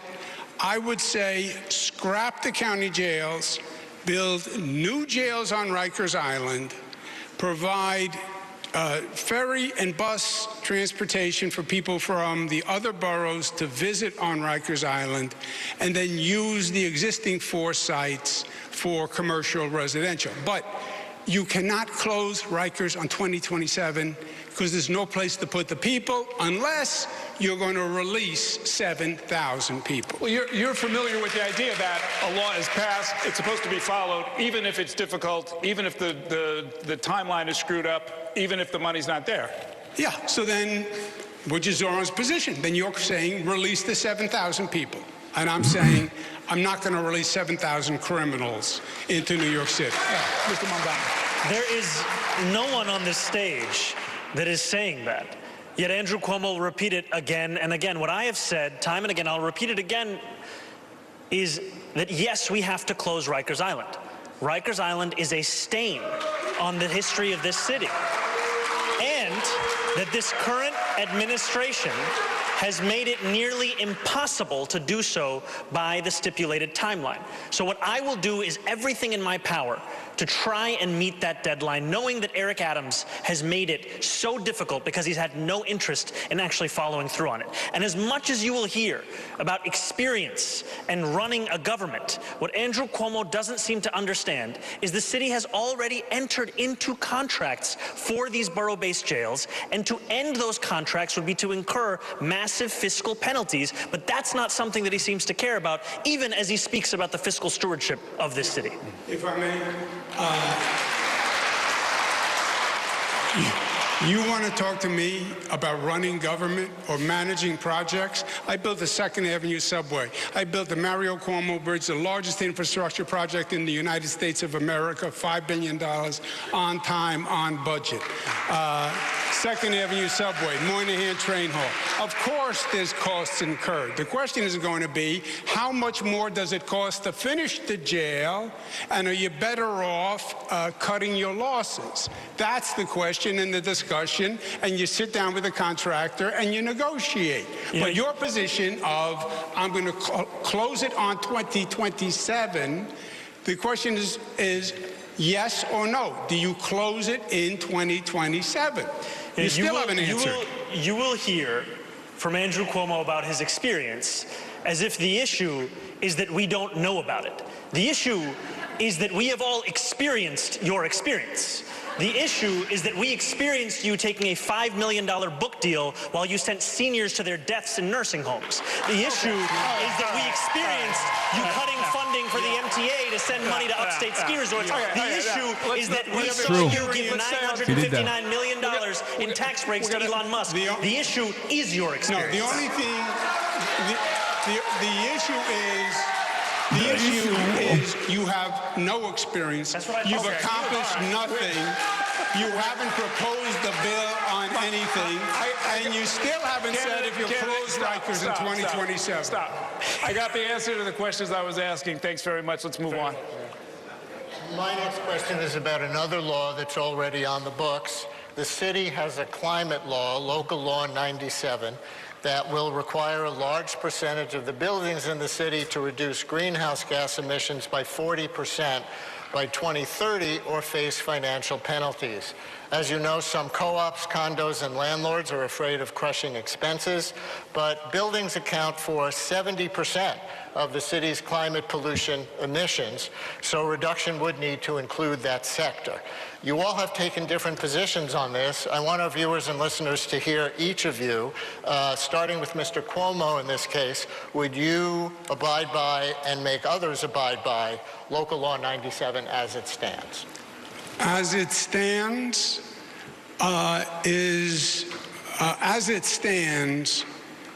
you're going to have to be flexible in the application. What's going to happen now is many companies will just pay the fine because it's cheaper than actually following the rules. And that's the last thing you want. That accomplishes nothing, right? It's just another tax, in essence, on these units. So there's going to have to be flexibility. It's the right intent, it's the right goal, but how you implement it has to deal with reality and the costs. Again, otherwise, I can tell you, I've had this conversation with many of them. They're not even going to try. They're just going to pay the fine. What kind of flexibility, if you can be It's going to be specific? timing, and what do we mean, and can it be phased in? Mr. Mamdani.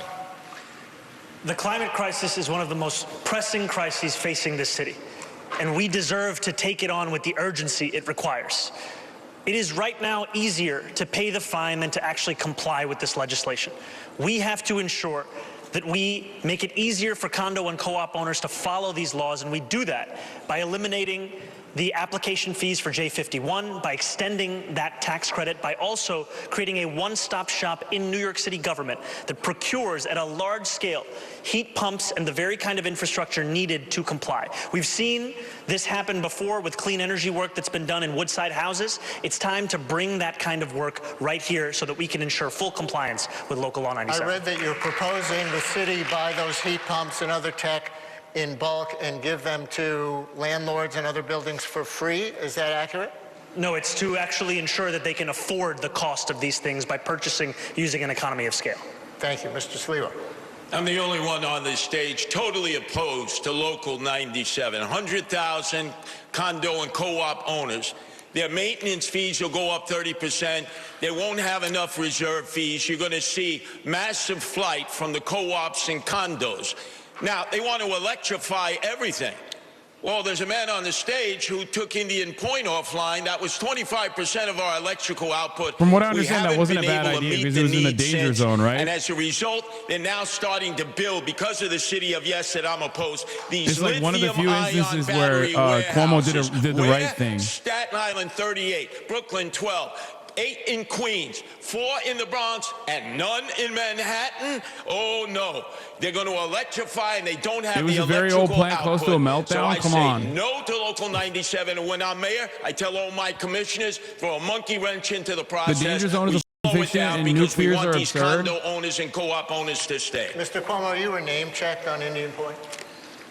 I think I was. Indian Point was a danger. It was the nuclear power plant most closely located to the densest population. There was no nuclear plant on the globe that close to a city. There were 20 million people in what was called the kill zone. Before I became Attorney General, there had been a number of lawsuits to stop it. What we did is we brought cables down from upstate New York down the Hudson River. We have nuclear upstate. We're in rural areas to bring that nuclear power down the cables and then on that basis substitute for Indian Point's power. Yes or no? Electricity rates are too high to pay because of you, Andrew Cuomo. Yes or no? Would any of you support new nuclear power plants to help bring down the rising cost of utilities in New York State? Just yes or no, Mr. Sliwa? Upstate, they're already starting, yes. Mr. Mamdani? I think it's something worth exploring. Mr. Cuomo? Is that a yes? Yeah. Oh, yes. Katie? We're going to move on now to the economy. Ms. Mamdani, you're proposing to raise the city's minimum wage to $30 an hour by 2030.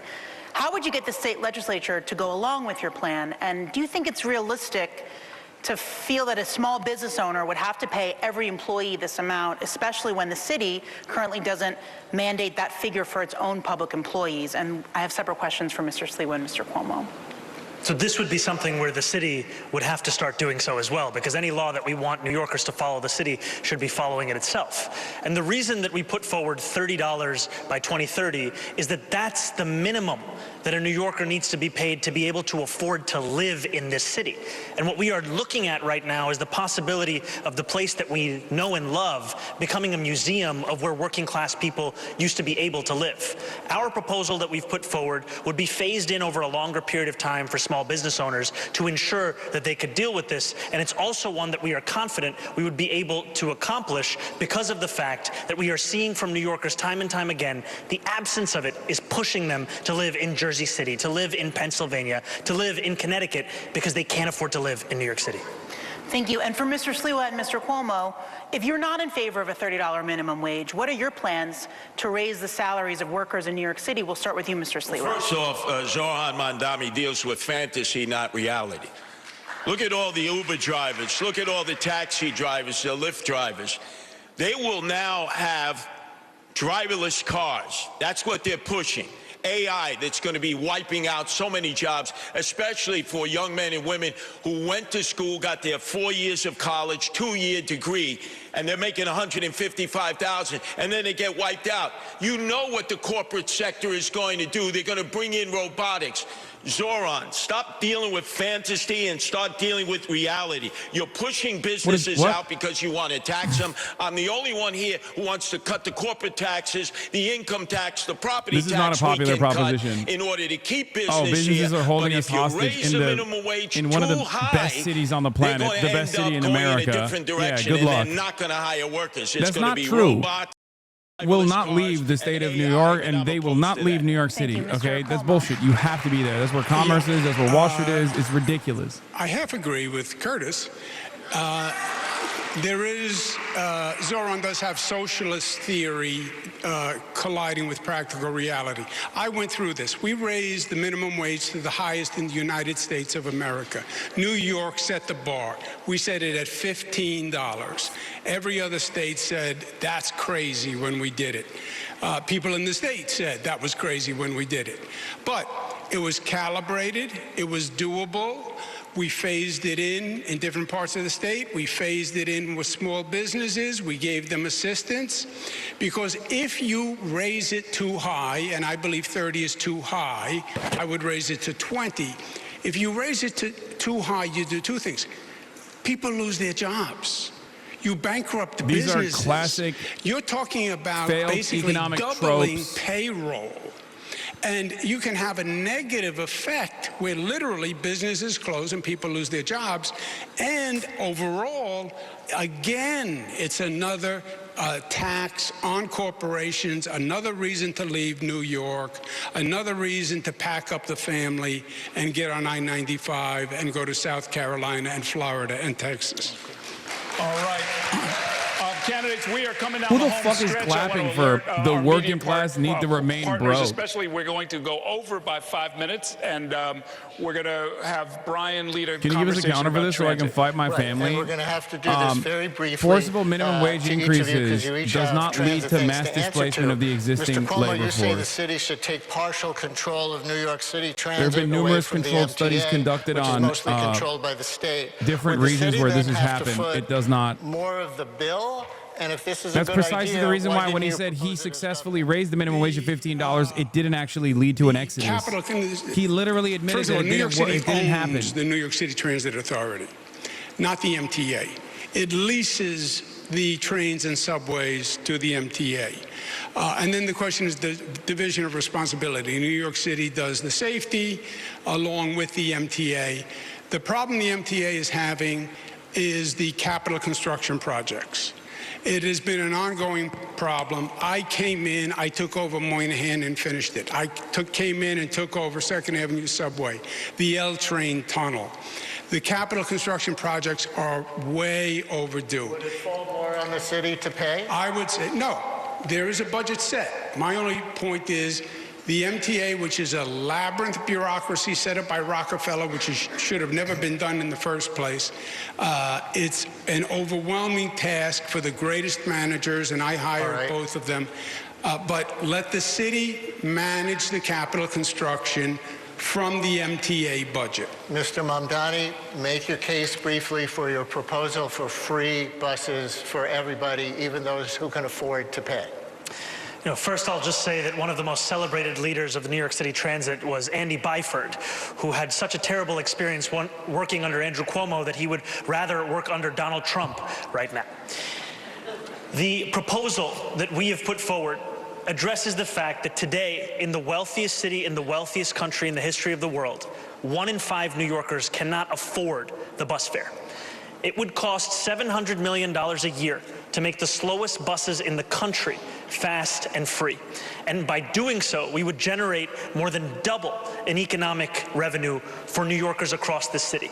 It would be something that would reduce assaults on bus drivers, it would increase ridership on those buses, and it would actually have environmental impacts, as fewer New Yorkers would drive their own car or take a taxi and would instead get on the bus. And I know all of this because I delivered it as a state assembly member who won the first free buses in New York City's history. And Mr. Sliwa, your website, according to my reading, has a section on transit safety, but nothing on transit service. Do you have any core proposals for improving it? Oh, sure. First off, yeah, we're going to beat the bus drivers. I get a good belly laugh. One time I got shot by a bus driver in 1974, so I need to punch every bus driver in the morning. It'll improve the service. Anyway. How about fair enforcement? I'm the only one who says we have all kinds of fare programs for the indigent and the poor. But if you don't pay your fare, there needs to be enforcement. And by the way, I've taken the subway almost every day of my life since I was 5. The worst time was the summer of 2017, the summer of hell, Andrew Cuomo, You're right, when Curtis. you were running the subway system as the head of the MTA. I don't trust you with anything to do with mass transit. How would you make it better? Oh, very simply.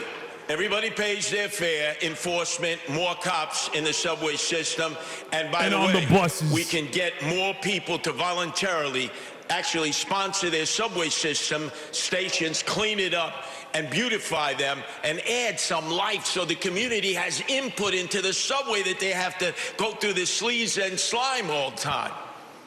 Wait, what? All right, candidates, we've got just a couple of He minutes. said, Let's have Zoran, you another live in quick fantasy. lightning And then he round said, where we'll each just get candidate New will answer my Yorkers to questions with a clean the quick subway response, usually yes or station. no. Name one person you'd like to see run for president in 2028, Mr. Sliwa. Wow, in 2028. Man, I'm dealing right now with 2025. Mr. Mamdani. My only focus is on November. Mr. Cuomo. I haven't thought it through. Okay. We have a city of hundreds of languages and cultures. Can you greet New Yorkers in a language other than your own? Mr. Cuomo. Ciao. Buenos dias. Ni hao, 我的朋友. Okay. Buona fortuna per cento anni. Okay. Have you decided on a school's chancellor, Mr. Sliwa? Yes, I would ask Bob Holden, who's taught 40 years. He leads Democrats for Sliwa. Okay. Mr. Mamdani. No, I haven't decided on a chancellor as yet. Okay. Should people be arrested for the solicitation of sex, Mr. Sliwa?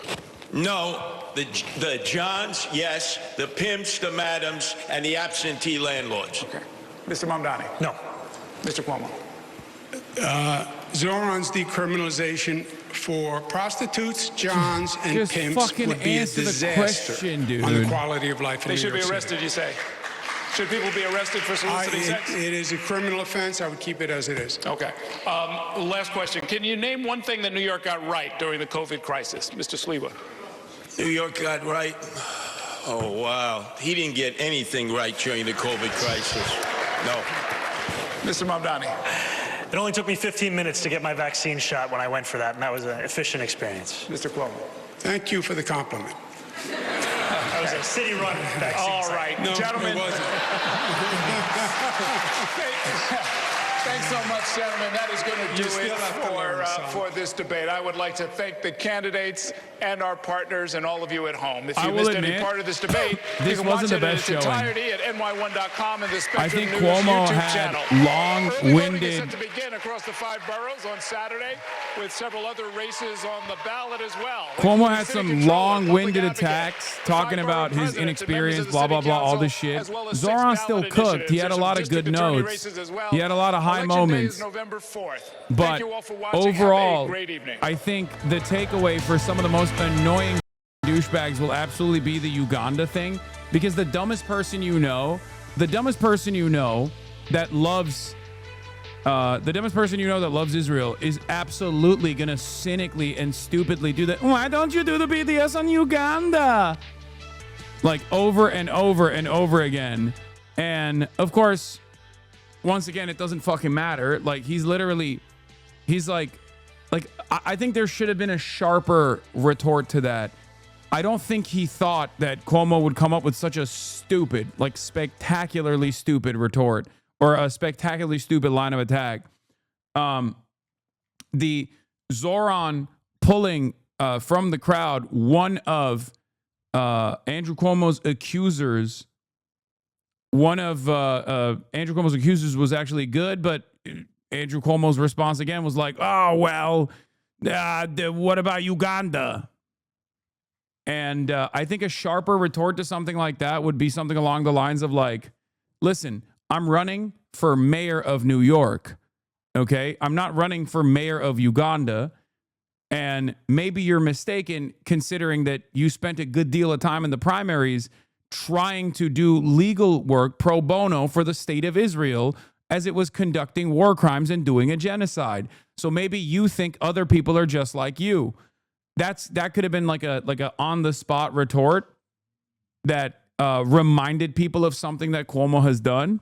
But I think in that moment, like he caught him a little off guard with the Uganda thing. What the do we do? What the do we even buy from Uganda? Yeah, I don't know. Like BDS doesn't work that way. Cuomo mentioning BDS at all is a fat L. He did it twice. I think ultimately, so Zohran is losing. Got it. Wait, no, I never said that. No, I don't think this is going to. I'm just purely looking at like the entire debate, and what like people's takeaways will look like. Because Andrew Cuomo needs to be sharp, and he needs to be on it. He needs to be on the ball, and he needs to aggressively pursue Zohran. The thing that I did not even factor, which I'm reminded now from even this chat, is what the is BDS? I forgot that most Americans don't even know what BDS is. Oh my God. That could be another misstep. That could be another Hasan Piker moment, in the sense that if you are obviously super invested in Israel, then you know what BDS is. If you are super invested in Israel in either direction, you know what BDS is. But less people know what BDS is than do know what it is, right? Even in this community, there's still people who go, what the is BDS? Boycott, divestments, and sanctions. It was a successful initiative against apartheid South Africa, and it is an initiative against Israel as well. So I guess in that regard, it is good, because most people don't know what the it is. Also, doing boycotts and divestment and sanctions to Uganda is like, that already exists. It's called defunding U.S. aid. Trump did it already. So like the financial entanglement with the United States of America, with the financial entanglement the United States of America has with Israel as opposed to Uganda, it's not even a thing. Do you think the Uganda attack will stick at all? To most people, I would imagine that comes off as just cheaply attacking him for being born in a different country. Nobody seriously thinks Zohran is homophobic, right? No.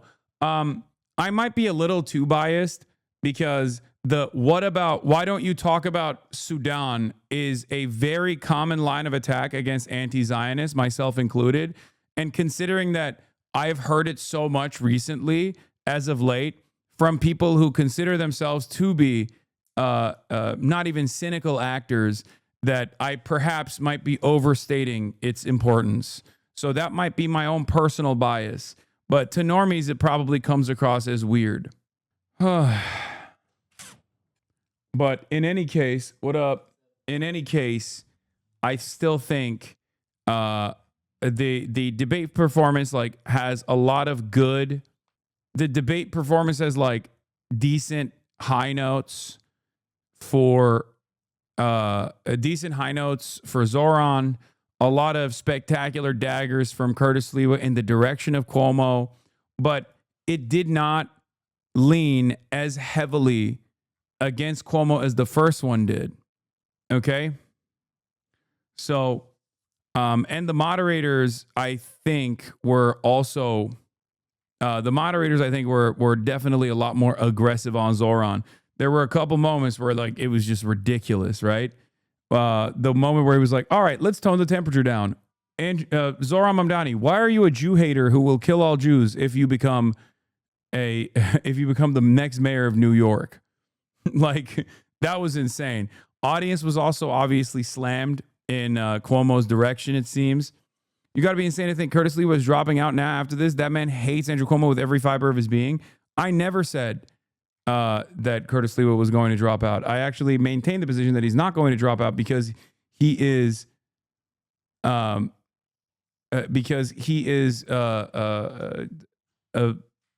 kooky guy, but he's just like honest about wanting to be mayor as a Republican.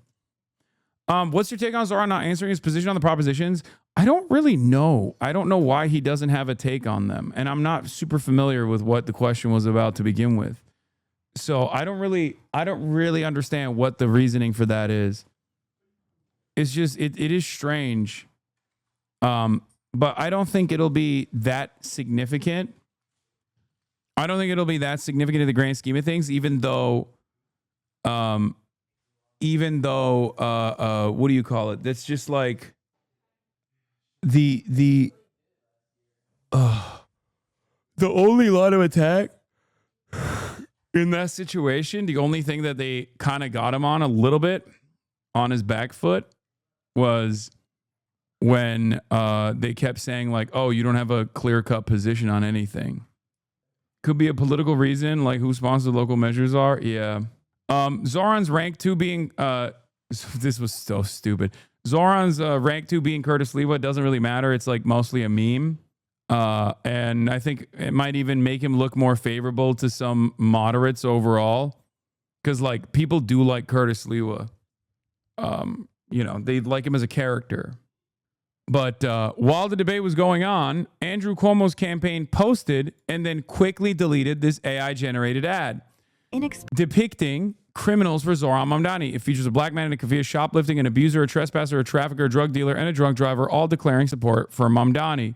Don't know why they thought this was a banger to release amidst the debate. Experienced radical whose policies will make New York City more dangerous. But him eating with his hands. Dude, I do think, I don't know what to do about this. I'm not Mr. Woke by any means. You know this, okay?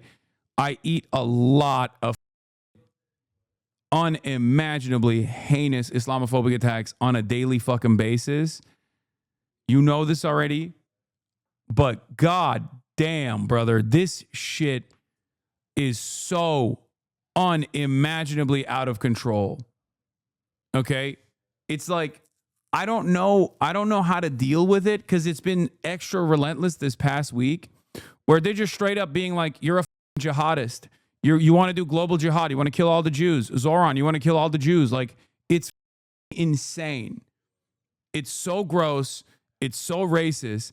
And the fact that like Democrats in unison have not actually called this shit out is very frustrating.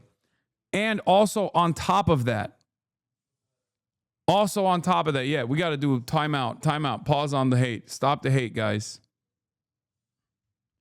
Stop the hate. But it's just like, I don't know. It's so much. And it's also actively pumped through the right-wing tweaked algorithm. And you have to be so good. You have to be so good all the time. If you're Muslim, you have to be the perfect candidate. And it doesn't even matter. It's just like these guys are such vile scumbags. And I don't know how to... Why do you get so heated on this? Is politics expected them to insult each other? Really? Really? What, Andrew Cuomo doing that against like a black candidate? Imagine Andrew Cuomo running against Eric Adams and using common anti-black tropes. How do you think that would be? How do you think that would go for him? There's a difference between attacking him for his inexperience, which he did a lot, versus being like, oh, you eat rice with your hands and you're a jihadist who wants to do terrorism. Bro, we lost nothing tonight. Not one single voter. Quomo probably just lost some to Sliwa, but that's it. I know. I'm just talking about something more important than this, okay? Something more consequential than the impact of this singular night's debate performance. Brother, they literally consistently hit the you did 9/11, you and your boys did 9/11 notes over and over again.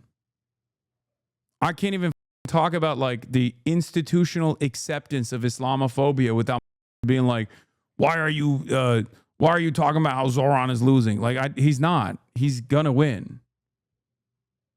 Of course. It's just very, very, very frustrating to see this shit. I called this shit out on the national election that took place when J.D. Vance and Donald Trump got far too comfortable talking about how black people were eating cats and dogs, brother. That was insane. That was like unimaginable levels. Like, sure, it was packaged as a specific to Haitians or whatever, but it was like very clearly an insane escalation of permissible racism without any sort of repercussions or any sort of punishment. And yeah, this stuff has consequences. I've studied Islamophobia for more than 15 years. I've never witnessed anything like the vile anti-Muslim rhetoric circulating on site today. Between Trump 2.0 and the decimation of Gaza and the rise of Zohran Mamdani, anti-Muslim hate is at a dangerous new level. And I think, and I'm going to keep it at $1.50. I'm going to be honest with you. I think there are people that are just turning up the dial on the Islamophobia, because I think that Americans can't just like hate imperialism. They have to hate Jews. They can't just like hate Israel. They have to hate Israel from the framework of hating Jews.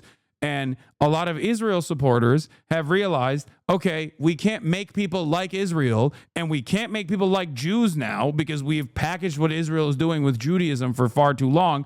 So the next best thing is to probably try to foment some kind of race war against Muslims in the country. I think this is deliberate. I think what's happening is straight up the next stage in trying to move the conversation away and shift the attention away from Israel to Muslim people living on U.S. soil. And it's not shocking. It's not like this isn't like a major conspiracy, because a lot of Israel advocacy groups have openly written about this in their own discovered declassified files and PowerPoint suggestions. So this is literally a real thing. They can't win the conversation on Israel because everybody hates Israel. And because they've packaged everything with Israel, with Judaism, people don't just hate Israel. They're also hating Jews now. So they have to turn around and be like, well, you know who's worse though? Muslims. Think about how scary Muslims are. My brother's girlfriend watched a debate with my mom and I. She said she might actually vote for the first time. She's the mother of my niece, and free child care will let her work. I'm the woke friend. I'm telling you, this shit works. People get around you to vote. This isn't a lib take. Voting is crucial to local politics. No, absolutely. I've always been an advocate. Hasan Reactions, one of the best ones in the React channel.